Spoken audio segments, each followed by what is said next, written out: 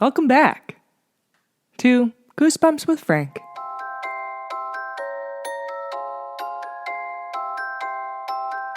I'm Frank, and I'm sharing with you R.L. Stine's Piano Lessons Can Be Murder. Last we left, Jerry had just seen a ghost. Let's see what happens. Chapter 10.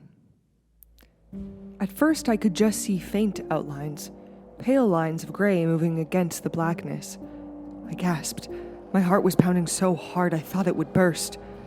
The gray lines took shape, began to fill in. I stood frozen in terror, too frightened to run or even look away. As I stared, a woman came into view. I couldn't tell if she was young or old. She had her head down and her eyes closed, and she was concentrating on the piano keys. She had long, wavy hair hanging loose down to her shoulders. She wore a short-sleeved top and a long skirt. Her face, her skin, her hair, all gray. Everything was gray. She continued to play as if I weren't standing there. Her eyes were closed. Her lips formed a sad smile. She was kind of pretty, I realized. But she was a ghost. A ghost playing the piano in our family room. Who are you? What are you doing here? My high-pitched, tight voice startled me. The words came flying out, almost beyond my control. She stopped playing and opened her eyes. She stared at me, studying me. Her smile faded quickly. Her face revealed no emotion at all. I stared back into the gray. It was like looking at someone in a heavy, dark fog. With the music stopped, the house had become so quiet, so terrifyingly quiet. Who are you? I repeated, stammering in my tiny voice. Her gray eyes narrowed in sadness. "This is my house," she said. Her voice was a dry whisper, as dry as dead leaves, as dry as death. "This is my house." The whispered words seemed to come from far away, so soft I wasn't sure I heard them. I don't understand," I choked out, feeling a cold chill at the back of my neck. "What are you doing here?" "My house," came the whispered reply. "My piano." "But who are you?" I repeated. "Are you a ghost?" As I uttered my frightened question, she let out a loud sigh, and as I stared into the grayness, I saw her face begin to change. The eyes closed and her cheeks began to droop. Her gray skin appeared to fall, to melt away. It drooped like cookie batter, like soft clay. It fell under her shoulders, then tumbled to the floor. Her hair followed, falling off in thick clumps. A silent cry escaped my lips as her skull was revealed. Her gray skull. Nothing remained of her face except for her eyes. Her gray eyes which bulged in the open sockets, staring at me through the darkness. "Stay away from my piano," she rasped. "I'm warning you. Stay away." I backed up and turned away from the hideous rasping skull. I tried to scramble away, but my legs didn't cooperate. I fell, hit the floor on my knees. I struggled to pull myself up, but I was shaking too hard. "Stay away from my piano!" The gray skull glared at me with its bulging eyes. "Mom, Dad!" I tried to scream, but it came out a muffled whisper. I scrambled to my feet, my heart pounding, my throat close, tight in fear. "This is my house! My piano! Stay away!" "Mom, help me! Dad!" This time I managed to call out, "Mom! Dad, please!" To my relief, I heard bumping and clumping in the hall, heavy footsteps. Jerry, where are you?" Mom called. "Ow!" I heard her bump into something in the dining room. Dad reached the room first. I grabbed him by the shoulders, then pointed. "Dad, look! A ghost! It's a ghost! Chapter 11. Dad clicked on the light. Mom stumbled into the room holding one knee. I pointed in horror to the piano bench, which was now empty. The ghost! I saw her! I cried, shaking all over. I turned to my parents. Did you hear? Did you? Jerry, calm down. Dad put his hands on my trembling shoulders. Calm down. It's okay. Everything is okay. But did you see her? I demanded. She was sitting right there, playing the piano, and... Ow, I really hurt my knee, Mom groaned. I bumped it on the coffee table. Ow. Her skin dropped off, her eyes bulged out of her skull, I told them. I couldn't get that grinning skull out of my mind. I could still see her, as if her picture had been burned into my eyes. There's no one there, Dad said softly, holding onto my shoulders. See? No one. Did you have a nightmare? Mom asked, bending to massage her knee. It wasn't a nightmare, I screamed. I saw her. I really did. She talked to me.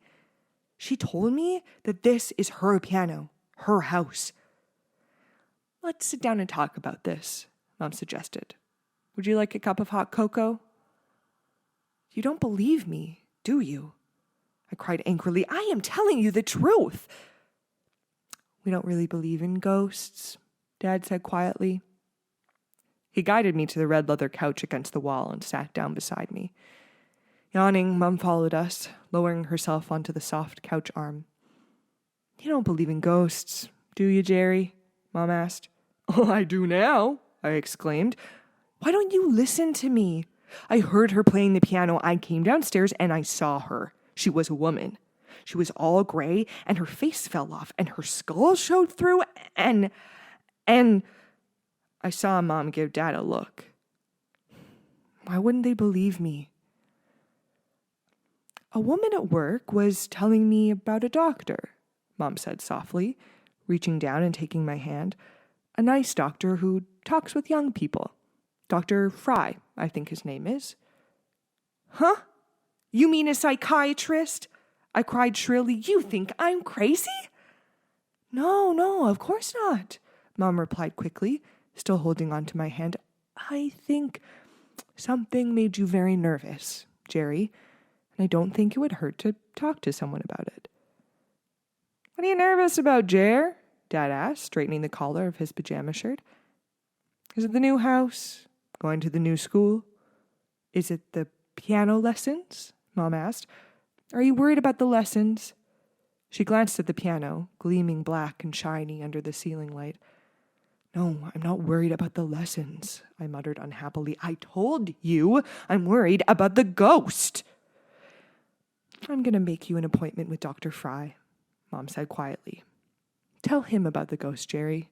I'll bet he can explain it all better than your father and I can. I'm not crazy, I muttered. Something has upset you. Something is giving you bad dreams, Dad said. This doctor will be able to explain it to you. He yawned and stood up, stretching his arms above his head. I've got to get some sleep.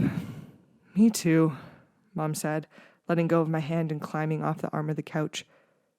Do you think you can sleep now, Jerry? I shook my head and muttered, I don't know. Do you want us to walk you to your room? She asked. I'm not a little baby, I shouted. I felt angry and frustrated. I wanted to scream and scream until they believed me. Well, good night, Jer, Dad said. Tomorrow's Saturday, so you can sleep late.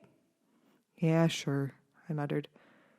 If you have any more bad dreams, wake us up, Mom said. Dad clicked off the light. They headed down the hall to their room. I made my way across the living room to the front stairs. I was so angry I wanted to hit something or kick something.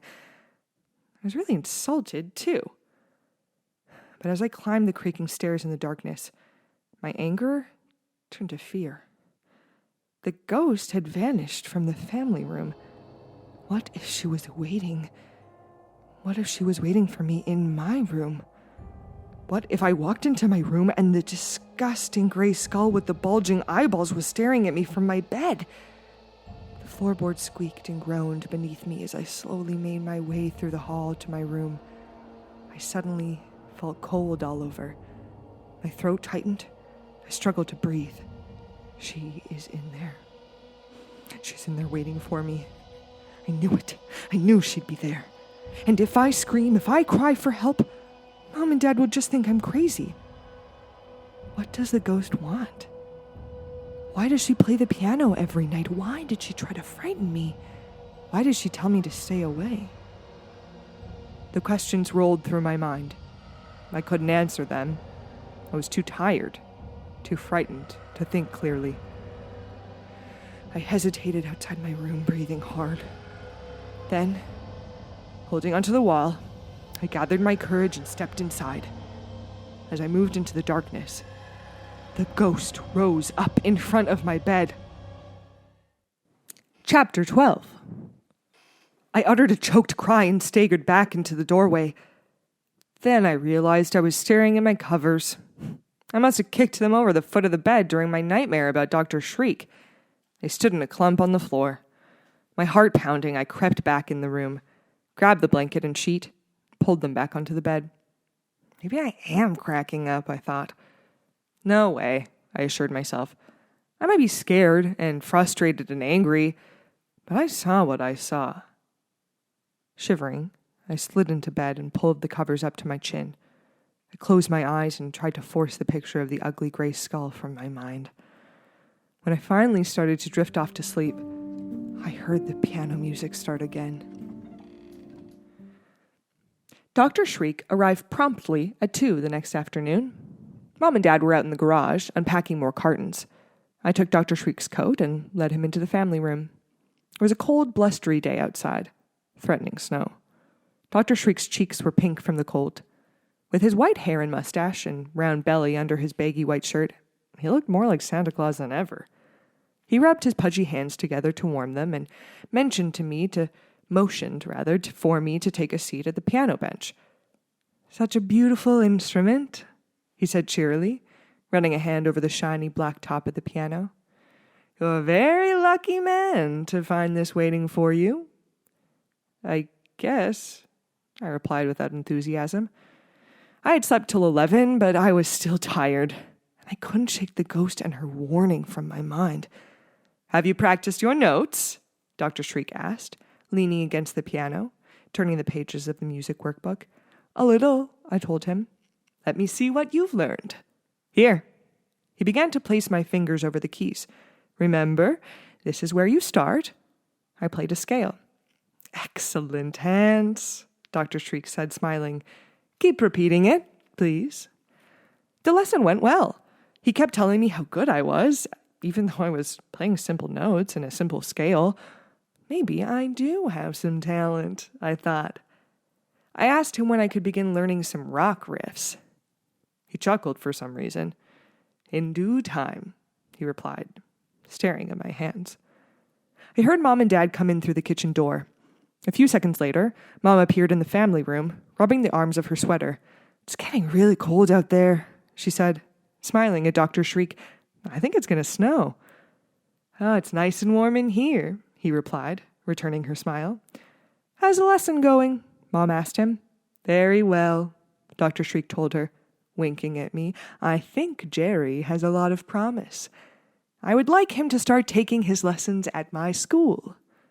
That's wonderful, Mom exclaimed. Do you really think he has talent?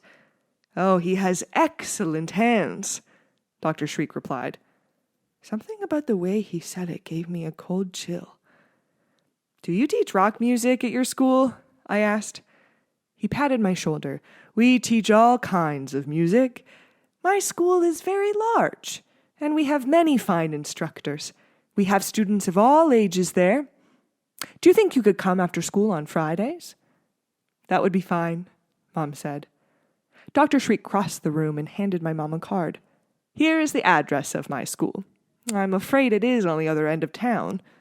Oh, no problem, Mom said, studying the card. I get off work early on Fridays. I can drive him. That will end our lesson for today, Jerry, Dr. Shriek said. Practice the new notes, and I'll see you Friday. He followed my mom to the living room. I heard them chatting quietly, but I couldn't make out what they were saying. I stood up and walked to the window. It had started to snow. Very large flakes coming down really hard. The snow was already starting to stick. Staring into the backyard, I wondered if there were any good hills to sled on in New Goshen. And I wondered if my sled had been unpacked. I cried out when the piano suddenly started to play. What? Loud, jangling noise, like someone pounding furiously on the keys with heavy fists. Pound, pound, pound. Jerry, stop it, Mom shouted from the living room. I'm not doing it, I cried. Chapter 13. Dr. Frye's office wasn't the way I pictured a psychiatrist's office. It was small and bright. The walls were yellow, and there were colorful pictures of parrots and toucans and other birds hanging all around. He didn't have a black leather couch like psychiatrists always have on TV and in the movies. Instead, he had 2 soft-looking green armchairs. He didn't even have a desk. Just the 2 chairs.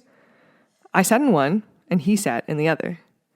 He was a lot younger than I thought he'd be. He looked younger than my dad. He had wavy hair, slicked down in some kind of gel or something, I think. And he had a face full of freckles. He just didn't look like a psychiatrist at all. Tell me about your new house, he said. He had his legs crossed. He rested his long notepad on them as he studied me. It's a big old house, I told him. That's about it. He asked me to describe my room, so I did. Then we talked about the house we moved from in my old room. Then we talked about my friends back home. Then we talked about my new school. I felt nervous when we started, but he seemed okay. He listened carefully to everything I said, and he didn't give me funny looks like I was crazy or something, even when I told him about the ghost. He scribbled down a few notes when I told him about the piano playing late at night. He stopped writing when I told him how I'd seen the ghost, and how her hair fell off, and then her face, and how she screamed at me to stay away. My parents don't believe me, I said, squeezing the soft arms of the chair. My hands were sweating. It's a pretty weird story, Dr. Frye replied. If you were your mom and dad, and your kid told you that story, would you believe it? Sure, I said, if it was true. He chewed on his pencil eraser and stared at me. Do you think I'm crazy? I asked. He lowered his notepad. He didn't smile at the question. No, I don't think you're crazy, Jerry. But the human mind can be really strange sometimes. Then he launched into this long lecture about how sometimes we're afraid of something, but we don't admit to ourselves that we're afraid. So our mind does all these kinds of things to show that we're afraid, even though we keep telling ourselves that we're not afraid. In other words, he didn't believe me either. Moving to a new house creates all kinds of stress, he said. It is possible to start imagining that we see things, hear things, just so we don't admit to ourselves that we're really afraid. I can't imagine piano music, I said. I can hum the melody for you. And I didn't imagine the ghost. I can tell you what she looked like. Let's talk about it next week, he said, climbing to his feet. Our time is up. But until next time, I just want to assure you that your mind is perfectly normal. You're not crazy, Jerry. You shouldn't think that for a second. He shook my hand. You'll see, he said, opening the door for me. You'll be amazed at what we figure out is behind that ghost of yours. I muttered thanks and walked out of his office. I made my way through the empty waiting room and stepped into the hallway. And then I felt the ghost's icy grip tighten around my neck. Things are really getting spooky. We began with the face dripping off of a ghost, and her scary voice, and her call to leave. I'm very curious to see what happens there. I wonder if she died in the house. I have many questions about this ghost. Cheers also to Jerry for making it, I guess, into the Screech School. I don't know how exclusive it is, but I hope he does well. And I hope that the rumors that Kim heard were wrong, but also I hope they're right so that it's more spooky. Thanks for being here today, and I'm looking forward to seeing you tomorrow.